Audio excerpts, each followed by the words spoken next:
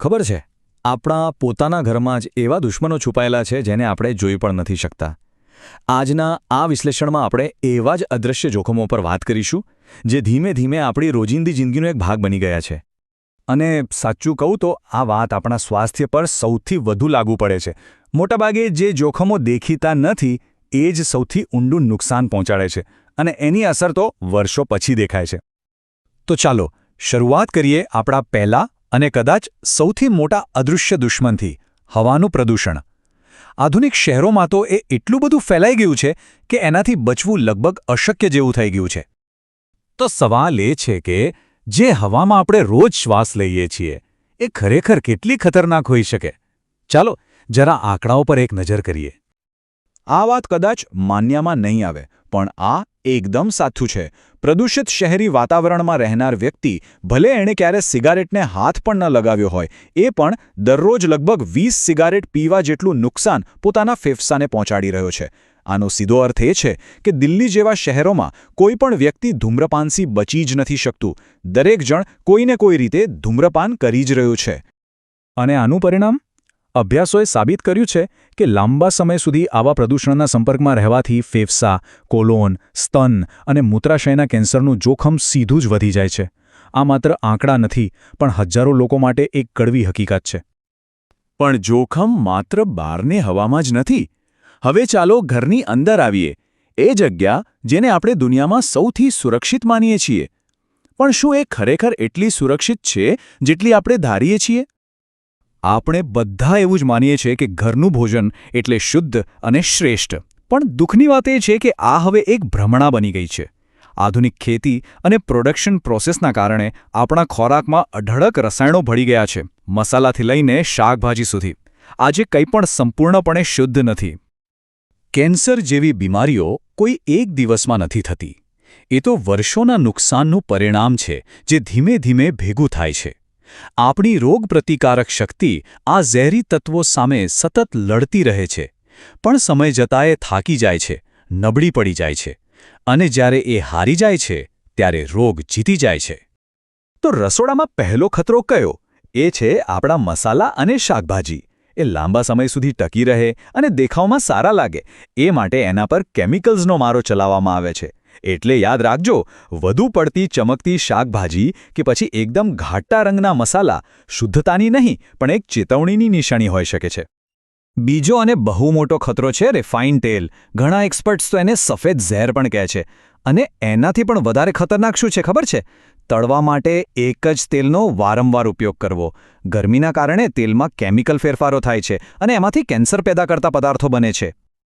આપણે ક્યારેય વિચાર્યું પણ નહીં હોય, પણ આપણા વાસણો પણ જોખમી બની શકે છે. વર્ષો જૂના એલ્યુમિનિયમના વાસણો કે પછી જે નોનસ્ટિક પેનની કોટિંગ ઉખડી ગઈ હોય એ ખોરાકમાં ઝેરી પદાર્થો ભેળવી શકે છે. એટલે સમજી લો કે રસોઈના વાસણોની પણ એક એક્સપાયરી ડેટ હોય છે. આપણે બધા જ આ ભૂલ કરીએ છીએ. ગરમાગરમ રોટલી કે પરાઠા એલ્યુમિનિયમ ફોઇલમાં લપેટી દઈએ છીએ. પણ આ બહુ મોટું જોખમ છે. ગરમીના કારણે એલ્યુમિનિયમ ઓગળીને ખોરાકમાં ભળે છે, જેનો મતલબ છે કે આપણે સીધી ધાતુ ખાઈ રહ્યા છીએ. આ વાક્ય સાંભળવામાં કદાચ અજીબ લાગે, પણ એની પાછળનું વિજ્ઞાન બહુ સીધું છે. બ્રેડને અઠવાડિયાઓ સુધી તાજી રાખવા માટે જે પ્રિઝર્વેટિવ્સ વપરાય છે એ જ કેમિકલ્સ આપણી રોગપ્રતિકારક શક્તિને અંદરથી ખોખલી કરી નાખે છે. આ સગવડતાની કિંમત આપણે આપણા સ્વાસ્થ્યથી ચૂકવીએ છીએ. ચાલો હવે રસોડામાંથી બહાર નીકળીએ અને જોઈએ કે આ અદૃશ્ય દુશ્મનો બીજે ક્યાં ક્યાં છુપાયેલા છે. કારણ કે એ માત્ર આપણા ખોરાકમાં જ નથી. રસોડાની બહાર પણ આપણી રોજિંદી વસ્તુઓ જેવી કે સાફસફાઈના કેમિકલ્સ, કોસ્મેટિક્સ અને હા, આપણી અગરબત્તીઓ પણ હવામાં હાનિકારક રસાયણો છોડે છે. આ પદાર્થોને એન્ડોક્રાઇન ડિસરપ્ટર્સ કહેવાય છે, જેનો સીધો મતલબ છે કે એ આપણા શરીરના હોર્મોનલ બેલેન્સને બગાડે છે. ઓકે, તો આપણે ઘણી બધી સમસ્યાઓ વિશે વાત કરી, પણ ગભરાવાની જરૂર નથી.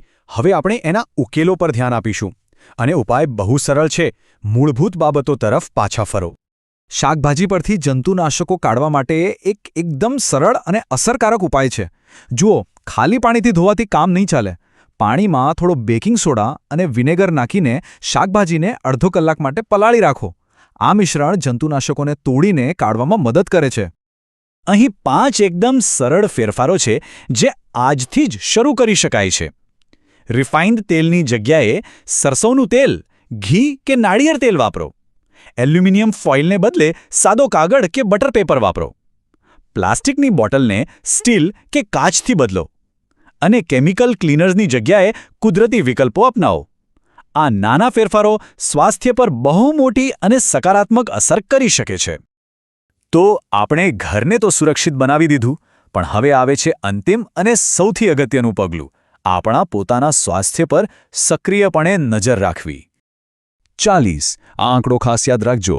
40 વર્ષની ઉંમર એક એવો પડાવ છે જે પછી નિયમિત હેલ્થ ચેકઅપ કરાવવું અત્યંત જરૂરી બની જાય છે. કોઈપણ રોગને શરૂઆતમાં જ પકડી લેવો એ એને ગંભીર બનતા અટકાવવાનો શ્રેષ્ઠ માર્ગ છે. અહીં પુરુષો અને સ્ત્રીઓ બંને માટે કેટલાક ખાસ ટેસ્ટ્સની ભલામણ કરવામાં આવી છે. આ ટેસ્ટ્સ એટલા માટે જરૂરી છે કારણ કે એ શરૂઆતના તબક્કામાં જ કોઈ સમસ્યા હોય તો એને પકડી પાડે છે, જ્યારે એની સારવાર સૌથી વધુ અસરકારક હોય છે. યાદ રાખજો, વહેલું નિદાન એ જ શ્રેષ્ઠ સંરક્ષણ છે. આખી વાતનો સાર શું છે? એ જ કે આપણી રોગ પ્રતિકારક શક્તિ એટલે કે આપણી ઇમ્યુન સિસ્ટમ એ રોગ સામે લડવા માટેનું આપણું સૌથી મોટું હથિયાર છે. આપણી જીવનશૈલીની પસંદગીઓ કાં તો એને મજબૂત બનાવે છે અથવા તો એને તોડી પાડે છે, અને એને સુરક્ષિત રાખવી એ આપણી પોતાની જવાબદારી છે. તો છેલ્લો અને સૌથી મોટો સવાલ એ જ છે કે આપણી રોગ પ્રતિકારક શક્તિ આપણી સૌથી મોટી ઢાલ છે. શું આપણે એનું રક્ષણ કરી રહ્યા છીએ?